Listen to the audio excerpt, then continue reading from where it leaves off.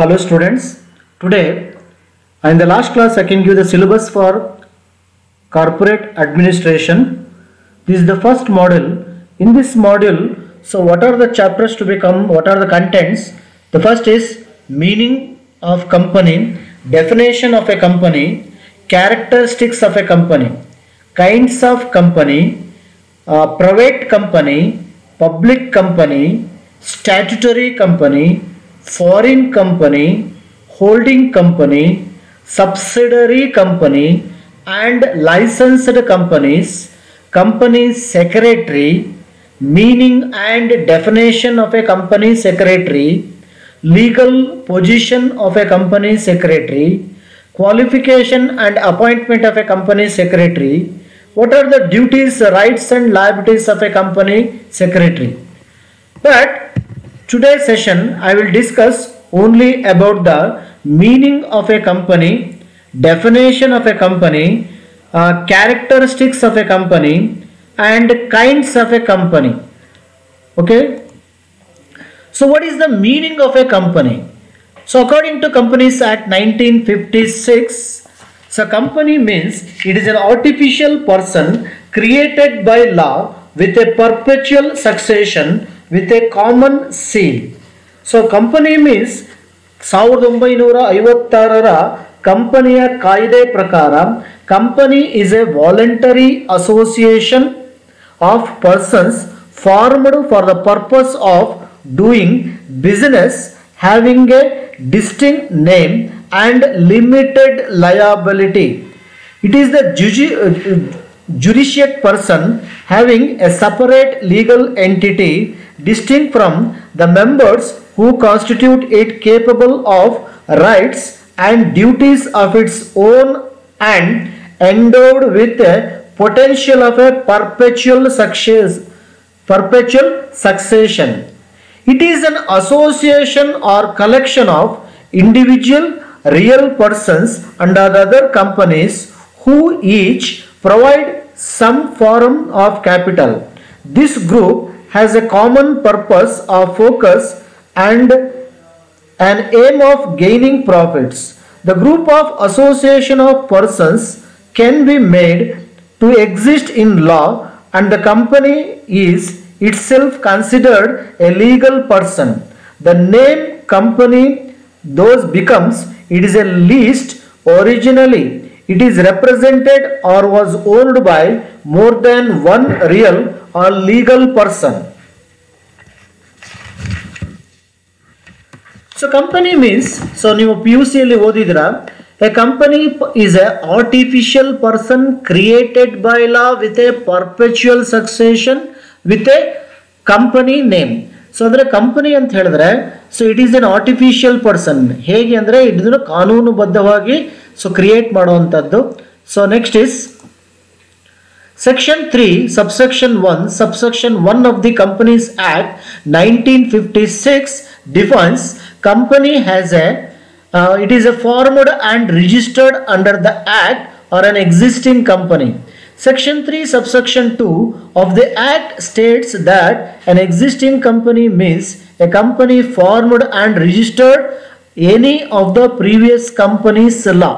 ಕಂಪನಿಯ ಕಾಯ್ದೆ 1956 section 3 subsection 1 subsection 1 ಪ್ರಕಾರ ಸೊ ಕಂಪನಿ ಅಂತ ಹೇಳಿದ್ರೆ ಯಾವ ಕಂಪನಿ 1956 ಕಂಪನಿಯ ಕಾಯ್ದೆ ಪ್ರಕಾರ ರಿಜಿಸ್ಟರ್ಡ್ ಆಗಿರುತ್ತೋ ಅಥವಾ ಹಿಂದಿನ ಯಾವುದೇ ಕಂಪನಿಯ ಲಾ ಪ್ರಕಾರ ರಿಜಿಸ್ಟರ್ಡ್ ಆಗಿದ್ರೆ ಅದನ್ನು ನಾವು ಕಂಪನಿ ಅಂತ ಕರೀಬಹುದು. ಸೊ ಹಾಗಾದ್ರೆ ಕಂಪನಿಯ ಗುಣಲಕ್ಷಣಗಳು ಅನ್ನೋದಾದ್ರೆ what are the characteristics of A company. So company is A separate property. So company has A separate property. So company is A separate property ಅಂದರೆ ಹೇಗೆ, ಸೊ ನಾವು ನಮ್ಮ ಸ್ವಂತ ನೇಮಲ್ಲಿ ಹೇಗೆ ಆಸ್ತಿಯನ್ನ ಮಾಡ್ಬೋದು ಹಾಗೆ ಕಂಪನಿ ಅಂತ ಹೇಳೋದಾದ್ರೆ, so for example X company. So X company ಅಂದರೆ ಅದು ಯಾವುದೇ ರೀತಿಯಾದ ಸೊ ಹ್ಯೂಮನ್ ಬೀಯಿಂಗ್ ಆಗಿರಲ್ಲ. It is N artificial person created by law with A perpetual succession ಅನ್ನೋದಾದ್ರೆ ಸೊ ಹೇಗೆ ಮನುಷ್ಯ ಹೇಗೆ ಇಂಡಿವಿಜುವಲ್ ಪರ್ಸನ್ ರಾಮ ಕೃಷ್ಣ ಅಂತ ಹೇಗಿರುತ್ತೋ ಹಾಗೆ ಸೊ ಎಕ್ಸ್ ಕಂಪನಿ ತನ್ನ ಹೆಸರಿನಲ್ಲಿ ತನ್ನ ಆಸ್ತಿಯನ್ನ ಮಾಡಬಹುದು. So next is the second important characteristic is A legal person. So ಅದು ಕಾನೂನುಬದ್ಧವಾಗಿ ಆಸ್ತಿಯನ್ನ ಮಾಡಬಹುದು. ಕಾನೂನಿನ ಪ್ರಕಾರ ನಾವು ಹೇಗೆ ಇನ್ನೊಬ್ಬರ ಮೇಲೆ ದಾವೆಯನ್ನ ಹೂಡಬಹುದು ಹಾಗೆ ಸೊ ಕಂಪನಿ ಕೂಡ ತನ್ನ ಅಸ್ತಿತ್ವವನ್ನ ಕಾನೂನಿನ ಪ್ರಕಾರ ಹೊಂದಿರುತ್ತೆ. ಹಾಗಾಗಿ ಅದು ಲೀಗಲ್ ಪರ್ಸನ್ ಆಗಿರುತ್ತೆ. So next is it is N independent. So ಹೇಗೆ ನಾವು ಇಂಡಿಪೆಂಡೆಂಟ್ ಆಗಿ ಆಸ್ತಿಯನ್ನ ಮಾಡಬಹುದು ಅದೇ ರೀತಿಯ ಕಂಪನಿ ಕೂಡ ತನ್ನ ಹೆಸರಿನಲ್ಲಿ ಆಸ್ತಿಯನ್ನ ಮಾಡಬಹುದು, ತನ್ನ ಹೆಸರಿನಲ್ಲಿ ಬೇರೆಯವರಿಗೆ ಮೊಕದ್ದಮೆಯನ್ನು ಹೂಡಬಹುದು. So next is the transferability of shares from one person to another person with a easy. So ಕಂಪನಿಯ ಶೇರ್ಸ್ಗಳನ್ನು ಏನಿರುತ್ತೋ ಅದನ್ನು ಒಬ್ಬರಿಂದ ಇನ್ನೊಬ್ಬರಿಗೆ ಈಸಿಯಾಗಿ ಟ್ರಾನ್ಸ್ಫರ್ ಮಾಡಬಹುದು. So next is it is a common seal. So ಹಾಗಾಗಿ ಎಕ್ಸ್ ಅನ್ನೋ ಕಂಪನಿ ಸೊ ತನ್ನ ಹೆಸರಿನಲ್ಲಿ ಆಸ್ತಿಯನ್ನು ಮಾಡಬೇಕಾದ್ರೆ ಸೊ ಅದು ತನ್ನ ಮುದ್ರೆಯನ್ನು ಹೊಂದಿರುತ್ತೆ. ಆ ಮುದ್ರೆಯ ಮುಖಾಂತರ ಹೇಗೆ ಕಾಲೇಜಿನಲ್ಲಿ ಸೊ IDSG ಅಂದ ತಕ್ಷಣನೇ ಪ್ರಿನ್ಸಿಪಾಲು ಯಾರು ಬೇಕಾರಾಗಿರ್ಬೋದು, ಬಟ್ ಕಂಪನಿಯ ಅಥವಾ ಕಾಲೇಜಿನ ಸೀಲ್ ಹೇಗೆ ಇಂಪಾರ್ಟೆಂಟ್ ಹಾಗಾದ್ರೆ ಕಂಪನಿಯ ಸೀಲಿನೊಂದಿಗೆ ಸೊ ಅದೇನು ಮಾಡ್ಬೋದು ಆಸ್ತಿಯನ್ನ ಮಾಡ್ಬೋದು, ಇನ್ನೊಬ್ಬರ ಮೇಲೆ ಮೊಕದ್ದಮೆಯನ್ನು ಹೂಡಬಹುದು, ಕಂಪನಿ ಸಿಗ್ನೇಚರ್ ಮಾಡ್ಬೋದು. ಆ ಸಿಗ್ನೇಚರ್ ಲೀಗಲಿ ಬೈಂಡಿಂಗ್ ಆಗಿರುತ್ತೆ. ಸೊ ಕಾನೂನಿನ ಪ್ರಕಾರ ಅದು ಸೊ ಒಂದು ಸಲ ಸೊ ಕಂಪನಿಯ ಸಿಗ್ನೇಚರ್ ಅಲ್ಲಿ ಅದನ್ನ ಮಾಡಿದ್ರೆ ಅದು ಲೀಗಲಿ ಬೈಂಡಿಂಗ್ ಆಗಿರುತ್ತೆ. So it is a next is capacity to be sue and sued. So ಇನ್ನೊಬ್ಬರ ಮೇಲೆ ಮೊಕದ್ದಮೆಯನ್ನು ಹೂಡಬಹುದು ಅಥವಾ ಇನ್ನೊಬ್ಬರ ರೀತಿಯಲ್ಲಿ ಆಸ್ತಿಯನ್ನ ಮಾಡಬಹುದು. So company as an artificial person. So number 2 it is a common seal. So next it is a compulsory incorporation. So ಕಂಪನಿಯ ಕಾಯ್ದೆಯ ಪ್ರಕಾರ ಇದು ರಿಜಿಸ್ಟ್ರೇಷನ್ ಆಗಿರಬೇಕು. So next is a perpetual succession. So company ಏನಾಗುತ್ತೆ ನಿರಂತರವಾಗಿ ಯಾರೇ ಸತ್ರು ಯಾರೇ ಹೋದ್ರೂ ಕೂಡ ಸೊ ನಿರಂತರವಾಗಿ ನಡೆಯುತ್ತೆ. ಸೊ ಒಬ್ಬರ ನಂತರ ಒಬ್ಬರು ಕಂಪನಿ ಏನಾಗುತ್ತೆ ನಡೀತಾನೆ ಇರುತ್ತೆ. It is a perpetual succession. Next it is a limited liability. So next is the share capital ಅಥವಾ share is transfer from one person to another person. So next it is a legal entity. So ಅದಕ್ಕೆ ಕಾನೂನಿನ ಪ್ರಕಾರ ಒಂದು ಅಸ್ತಿತ್ವವನ್ನು ಕೊಡ್ತೀವಿ. ಹಾಗಾಗಿ ಅದು ತನ್ನ ಹೆಸರಿನಲ್ಲಿ ಸೊ ಆಸ್ತಿಯನ್ನ ಮಾಡಬಹುದು ಹೀಗೆ. Next is large membership compare to the individual proprietor and partnership compare ಮಾಡಿದ್ರೆ ಸೊ ಇಂಡಿವಿಜುವಲ್ ಫಾರ್ಮ್ ಅಲ್ಲಿ ಒಬ್ಬನೇ ಇರ್ತಾನೆ, ಪಾರ್ಟ್ನರ್ಶಿಪ್ ಅಲ್ಲಿ ಇಬ್ರು ಮ್ಯಾಕ್ಸಿಮಮ್ ಅಂದ್ರೆ 10 ಜನ ಇರ್ಬೋದು. ಹಾಗಾಗಿ ಬಟ್ ಕಂಪನಿಯಲ್ಲಿ so there is no limited, it is unlimited membership ಅಥವಾ ಲಾರ್ಜ್ ಮೆಂಬರ್ಶಿಪ್ ಇರುತ್ತೆ. ಸೊ ನೆಕ್ಸ್ಟ್ ಇಸ್ ಇದನ್ನ ಡೀಟೇಲ್ ಆಗಿ ಹೇಳಬೇಕಂದ್ರೆ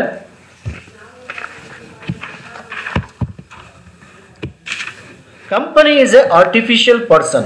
A company is an artificial person created by law. It is created by legal process and not by natural birth. So ಹೇಗೆ ನಾವು ಮನುಷ್ಯ ಹೇಗೆ ಹುಟ್ಟುತ್ತಾನೋ X ಅನ್ನೋ ಪರ್ಸನ್ ಹುಟ್ಟಿದ ತಕ್ಷಣ ಅವನು ಎಕ್ಸ್ ಆಗ್ತಾನೆ, ಹಾಗೆ ನ್ಯಾಚುರಲ್ ಬರ್ತ್ ಆಗಿರಲ್ಲ. ಕಂಪನಿಯ ಇನ್ಕಾರ್ಪೊರೇಷನ್ ಅಂದರೆ ರಿಜಿಸ್ಟರ್ಡ್ ಮುಖಾಂತರ ಕಂಪನಿಗೆ ಒಂದು ಹೆಸರು ಬರುತ್ತೆ. ಹಾಗಾಗಿ it is a artificial person. ಈ ಒಂದು it has no natural personality. ನಮ್ಮ ಹಾಗೆ ಕಣ್ಣು ಮೂಗು ಕಿವಿ ಇರೋ ಅಂಥದ್ದಲ್ಲ ಕಂಪನಿ. ಆದರೂ ಕೂಡ ಕಂಪನಿಯ ಹೆಸರಿನಲ್ಲಿ ಆಸ್ತಿಯನ್ನ ಮಾಡಬಹುದು, ಕಂಪನಿಯ ಹೆಸರಿನಲ್ಲಿ ಬೇರೆಯವರ ಮೇಲೆ ಮೊಕದ್ದಮೆಯನ್ನ ಹೂಡಬಹುದು. ಸೊ ಕಂಪನಿಯ ಮೇಲೆ ನಾವು ಕೂಡ ಮೊಕದ್ದಮೆಯನ್ನ ನಾವು ಹೂಡಬಹುದು. ಹಾಗಾಗಿ ಹೇಗೆ ಒಬ್ಬ ಎಕ್ಸಿಗೆ ಏನೇನು ಮಾಡ್ಬೋದು, ಒಬ್ಬ ವ್ಯಕ್ತಿಗೆ ಏನೇನು ಮಾಡ್ಬೋದು, ಸೊ ಅಲ್ಲಿ ಮೊಕದ್ದಮೆಯನ್ನು ಹೂಡಬಹುದು, ದಾವೆಯನ್ನು ಹೂಡಬಹುದು. ಹಾಗೆ ಸೊ ಕಂಪನಿಯ ವಿರುದ್ಧವಾಗಿ ಅಥವಾ ಕಂಪನಿಯ ಹೆಸರಿನಲ್ಲಿ ಆಸ್ತಿಯನ್ನ ಮಾಡಬಹುದು ಹೀಗೆ ಅಂತ. So next is it has legal personality. Therefore it can enter into contract. ಯಾವುದೇ ಒಪ್ಪಂದಕ್ಕೆ ಕಂಪನಿ ಒಳಗಾಗಬಹುದು. ಸೊ ದಟ್ ಇಸ್ ಕಾಲ್ಡ್ ಕಾಂಟ್ರಾಕ್ಟಿಗೆ ಎಂಟರ್ ಆಗ್ಬೋದು. And sue and can sued. So ಕಂಪನಿಯ ವಿರುದ್ಧವಾಗಿ ನಾವು ದಾವೆಯನ್ನು ಹೂಡಬಹುದು ಅಥವಾ ಕಂಪನಿ ನಮ್ಮ ಮೇಲೆ ಸೊ ದಾವೆಯನ್ನು ಹೂಡಬಹುದು.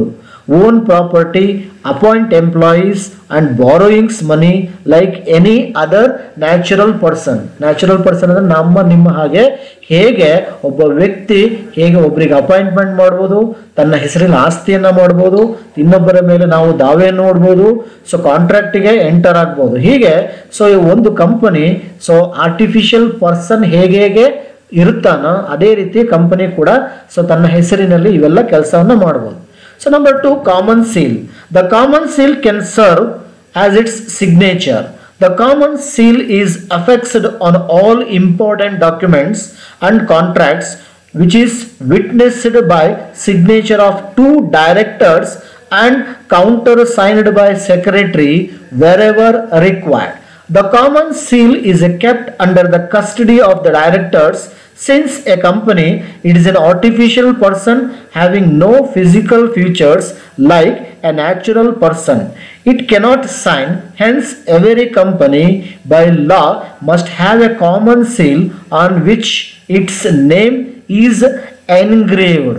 ಸೊ ಹೇಗೆ ಅಂದರೆ IDSG ಕಾಲೇಜು ಅಂದ ತಕ್ಷಣನೇ IDSG ಕಾಲೇಜಿಗೆ ಯಾವುದೇ ಫಿಸಿಕಲ್ ಎಕ್ಸಿಸ್ಟೆನ್ಸ್ ಇದ್ರೂ ಕೂಡ ಸೊ ಬಟ್ ಈಗ IDSG ಕಾಲೇಜಿನಲ್ಲಿ ಒಬ್ಬ ರೆಸ್ಪಾನ್ಸಿಬಲ್ ಪರ್ಸನ್ ಹೇಗಿರ್ತಾನ so the different. It is a principal, ಇವತ್ತು ಒಬ್ರು ಇರ್ತಾರೆ, ಇನ್ನೊಬ್ರು ಇರ್ತಾರೆ. ಹಾಗಾಗಿ ನಮಗೆ ಕ್ಯಾರೆಕ್ಟರ್ ಸರ್ಟಿಫಿಕೇಟಿಗೆ, ಸ್ಟಡಿ ಸರ್ಟಿಫಿಕೇಟಿಗೆ ಅಥವಾ ಅಡ್ಮಿಷನ್ ಆಗಬೇಕಾದ್ರೆ ಐಡೆಂಟಿ ಕಾರ್ಡಿಗೆ ಪ್ರಿನ್ಸಿಪಾಲ್ ಸೀಲ್ ಎಷ್ಟು ಇಂಪಾರ್ಟೆಂಟ್, ಹಾಗೆ ಸೊ ಕಂಪನಿ ಕೂಡ ತನ್ನ ಹೆಸರಿನಲ್ಲಿ ಆಸ್ತಿಯನ್ನ ಮಾಡಬೇಕಾದ್ರೆ ಒಂದು ಕಾಮನ್ ಸೀಲ್ ಅಂತ ಮಾಡ್ಕೊಂಡಿರುತ್ತೆ.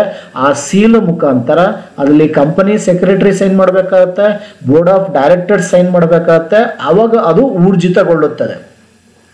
So compulsory incorporation. So company ಅಂದ್ರೆ ಅದು ರಿಜಿಸ್ಟರ್ಡ್ ಆಗಲೇಬೇಕು, ಇನ್ಕಾರ್ಪೊರೇಷನ್ ಆಗಬೇಕು ಅಕಾರ್ಡಿಂಗ್ ಟು ಕಂಪನೀಸ್ ಆಕ್ಟ್ 1956 ಇಂದ. ಸೊ ಕಾಯ್ದೆಗಳು ಚೇಂಜ್ ಆಗ್ತಾ ಇದೆ, ಹಾಗಾಗಿ ಬದಲಾವಣೆಗೆ ತಕ್ಕಂತೆ ಒಂದು ಕಂಪನಿ ಅಸ್ತಿತ್ವವನ್ನು ಹೊಂದಬೇಕಾದ್ರೆ, ಇನ್ಕಾರ್ಪೊರೇಷನ್ ಆಗಬೇಕಾದ್ರೆ, ರಿಜಿಸ್ಟರ್ಡ್ ಆಗಬೇಕಾದ್ರೆ ಅದು ಎಲ್ಲಿ ರಿಜಿಸ್ಟರ್ಡ್ ಆಗಬೇಕೋ ಅಲ್ಲೇ ಆಗಬೇಕು. ಹಾಗಾದ್ರೆ company is a voluntary association of A person. ಸ್ವಯಂ ಆಗಿ, ಸೊ ಬಲವಂತವಾಗಲ್ಲ, ನಾನು ಇಂಥ ಕಂಪನಿಯಲ್ಲಿ ಷೇರುದಾರ ಆಗ್ತೀನಂದ ಸ್ವಯಂ ಆಗಿ, ಸ್ವಯಂ ಹಿತಾಸಕ್ತಿಯಿಂದ ಅವನೇನ್ ಮಾಡಬೇಕು, ಸೊ ಕಂಪನಿಯಲ್ಲಿ ಶೇರ್ ತಗೊಂಡಿರ್ಬೇಕು. It is a voluntary association of persons formed and incorporated under the existing company law. Only when it gets certificates of incorporation, it comes into existence as a body of corporate. ಕಂಪನಿಯ ಕಾಯ್ದೆಗಳ ಮುಖಾಂತರ register ಮಾಡಿಕೊಂಡ ನಂತರ company ತನ್ನ ಅಸ್ತಿತ್ವವನ್ನು ಹೊಂದಿರುತ್ತೆ.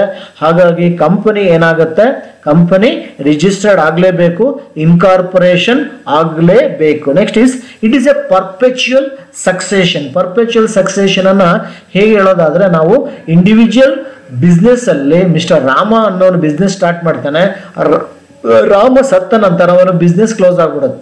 Partnership ಅಲ್ಲಿ XYZ partners ಇರ್ತಾರೆ, ಎಕ್ಸ್ ಡೆತ್ ಆದ್ರೆ ಅಲ್ಲಿಗೆ partnership is automatically close. But ಕಂಪನಿಯಲ್ಲಿ ಹಾಗಾಗಲ್ಲ. ಯಾರೇ ಸತ್ರು, ಯಾರೇ ಟ್ರಾನ್ಸ್ಫರ್ ಆದ್ರು, ಯಾರೇ ಹೋದ್ರೂ ಕೂಡ ನಿರಂತರವಾಗಿ ತನ್ನ ಅಸ್ತಿತ್ವವನ್ನು ಉಳ್ಕೊಳ್ಳುತ್ತೆ. ಹೇಗೆ ಅಂದ್ರೆ IDSG ಕಾಲೇಜಲ್ಲಿ ಯಾರು ಬಂದ್ರು ಯಾರು ಹೋದ್ರು, IDSG college is perpetual succession. Principal change ಆಗ್ಬೋದು, HOD ಚೇಂಜ್ ಆಗ್ಬೋದು, ಲೆಕ್ಚರರ್ಸ್ ಚೇಂಜ್ ಆಗ್ಬೋದು. ಇದರಲ್ಲಿ ಯಾವುದೇ ರೀತಿಯಾದ ವ್ಯತಿರಿಕ್ತವಾದರೂ IDSG ಕಾಲೇಜು ಇದ್ದೇ ಇರುತ್ತೆ ಅಂತ. Next it is a limited liability.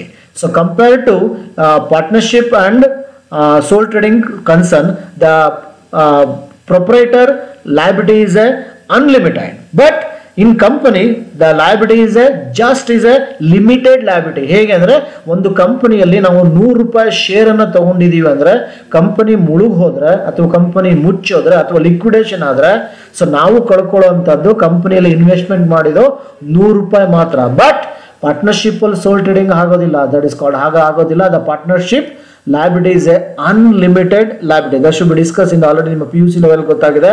ಹಾಗಾಗಿ ಸೊ ಕಂಪನಿಯಲ್ಲಿ ಸೊ ಷೇರುದಾರರ ಲಯಬಿಲಿಟಿ ಅಥವಾ ಹೊಣೆಗಾರಿಕೆ it is a limited liability.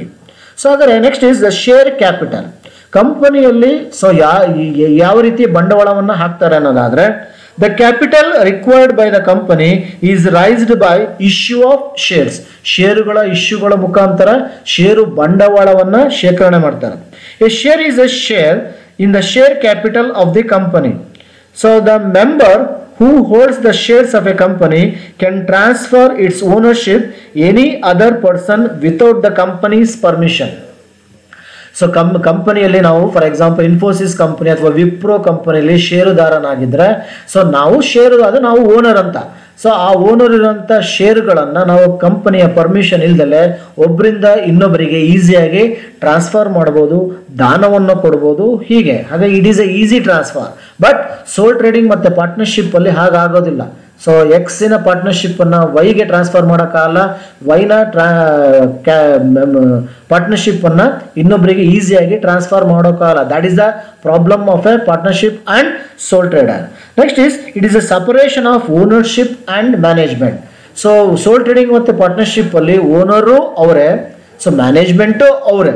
But partnership ಕಂಪನಿಯಲ್ಲಿ ಸೊ ಸಪರೇಷನ್ ಆಫ್ ಓನರ್ಸ್ ಬೇರೆ, ಮ್ಯಾನೇಜ್ಮೆಂಟೇ ಬೇರೆ. ಓನರ್ಸ್ಗಳಂದ್ರೆ ಷೇರುದಾರರು, ಮ್ಯಾನೇಜ್ಮೆಂಟ್ ಅಂದರೆ board of directors, secretary and chairperson ಅಂದರೆ ಹೀಗೆ. ಹಾಗಾದರೆ ಕಂಪನಿಯ ಕಾರ್ಯಭಾರಗಳನ್ನು ಕಾರ್ಯನಿರ್ವಹಣೆ ಮಾಡೋರೇ ಬೇರೆ, ಓನರ್ಸ್ಗಳೇ ಬೇರೆ. ಬಟ್ ಸೋಲ್ ಟ್ರೇಡಿಂಗ್ ಮತ್ತು ಪಾರ್ಟ್ನರ್ಶಿಪ್ಪಲ್ಲಿ ಓನರ್ಸುಗಳು ಅವರೇ, ಮ್ಯಾನೇಜ್ಮೆಂಟು ಅವರೇ. So in a company organisation the ownership and management are separated. The shareholders who are the owners do not take active part in the everyday affairs of the company. Instead, they elect their representatives known as directors with the help of managers and employees manage the company. ನಾನು ಆವಾಗಲೇ ಹೇಳಿದಾಗೆ partnership ಅಲ್ಲಿ ಸೋಲ್ trading ಅಲ್ಲಿ ಅವರೇ owner, ಅವರೇ management. ಪಾರ್ಟ್ನರ್ಶಿಪ್ಪಲ್ಲೂ ಅಷ್ಟೇ ಅವರೇ owners, ಅವರೇ ಮ್ಯಾನೇಜ್ಮೆಂಟ್. ಬಟ್ ಕಂಪನಿಯಲ್ಲಿ ಷೇರುದಾರರು, ಬಂಡವಾಳ ಹೂಡಿರೋರೆಲ್ಲ ಓನರ್ಸು, ಬಟ್ ಅವರು ದಿನನಿತ್ಯದ ವ್ಯವಹಾರಗಳಿಗೆ ಎಂಟರ್ ಆಗೋದಿಲ್ಲ. ಹಾಗಾದ್ರೆ ಓನರ್ಸ್ ಬೇರೆ, ಸೊ ಮ್ಯಾನೇಜ್ಮೆಂಟೇ ಬೇರೆ. So next it is A legal entity. The company is created by law. It has a separate legal existence compared to its members. Therefore, the members cannot be personally held responsible for the acts of the company. So ಹಾಗಾಗಿ ಕಂಪನಿಯ legal entity ಅಂದರೆ ಕಂಪನಿಯ ಅಸ್ತಿತ್ವವೇ ಬೇರೆ, ಕಂಪನಿಯ ಅಸ್ತಿತ್ವವನ್ನು ಹೂಡುವಂಥದ್ದು ಬೇರೆ, ಕಂಪನಿನೇ ಬೇರೆ, ಕಂಪನಿಯ ಕೆಲಸಗಾರರ ಬೇರೆ, ಕಂಪನಿಯ ಓನರ್ಸ್ಗಳೇ ಬೇರೆ. ಹಾಗಾಗಿ because company is a artificial person, it is an artificial person created by law. The company is a capacity to sue and sue against his own. Next is the large membership. So compared to sole trader and partnership firm, sole trading ಅಲ್ಲಿ ಒಬ್ಬನೇ ಇದ್ರೆ partnership ಅಲ್ಲಿ the maximum is 10, the minimum is 2. But ಕಂಪನಿಯಲ್ಲಿ so the members ಅಂದ್ರೆ ಷೇರುದಾರರು, so it is a unlimited members. ಹಾಗಾಗಿ ಇಷ್ಟೇ ಅಂತ ಹೇಳ, it is a large membership. The company is owned by large number of members, maximum of 50 in the case of private limited company and unlimited number of members in the case of public limited company. So these are the company meaning, definition and characteristics of company. Okay, thank you.